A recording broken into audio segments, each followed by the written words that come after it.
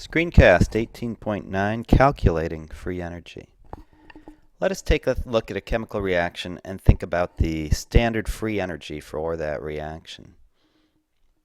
It's defined as the free energy change for a reaction when it occurs under standard state conditions. So if we have A plus B turning into C plus D, for example, sodium chloride plus potassium iodide forms sodium iodide plus potassium chloride, a 1 to 1 to 1 to 1 double replacement reaction, or any type of reaction. This is just a generic form.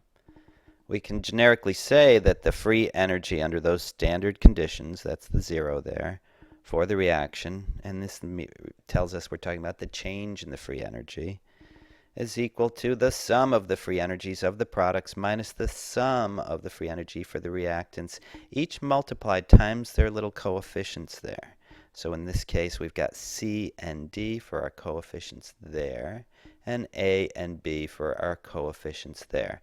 So we've seen this many times now for different types of systems, and here's how we measure free energy. We just need these standard free energy values for various substances, and of course there's tables for them. Be aware that this is 1 mole of taking place in the standard state, and if you got an element, it's very likely to be 0. The only exception would be when it's not in its most stable form. So for example, you would expect a change in free energy if you're going from, graphite to diamond, for example. Here's a list of what they mean by standard states. For a gas, it's 1 atmosphere pressure. For it's a liquid, it's a pure liquid. For solid, it's a pure solid.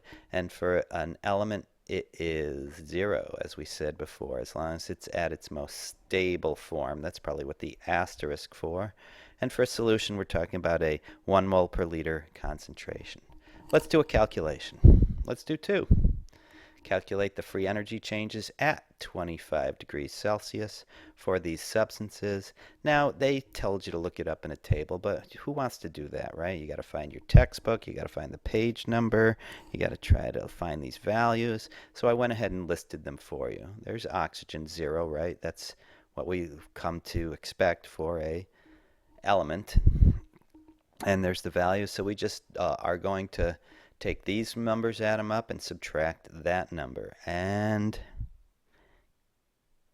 there are some coefficients there, a couple of 2's there. This won't change it, but this will get doubled. So let's do the math. And we're doubling that value. We're also doubling that value, but it's still 0. And we get a negative value, suggesting a spontaneous process. And, well, methane does burn pretty easily.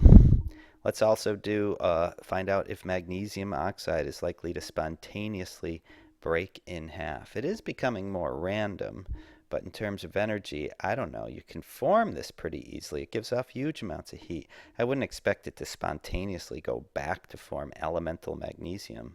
I'm thinking this is very much a positive process. Let's find out.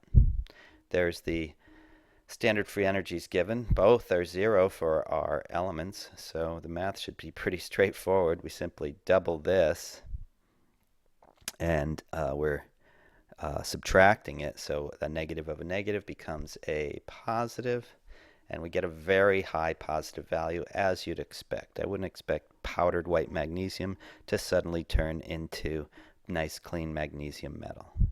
This is Calculating Free Energy, Screencast 18.9.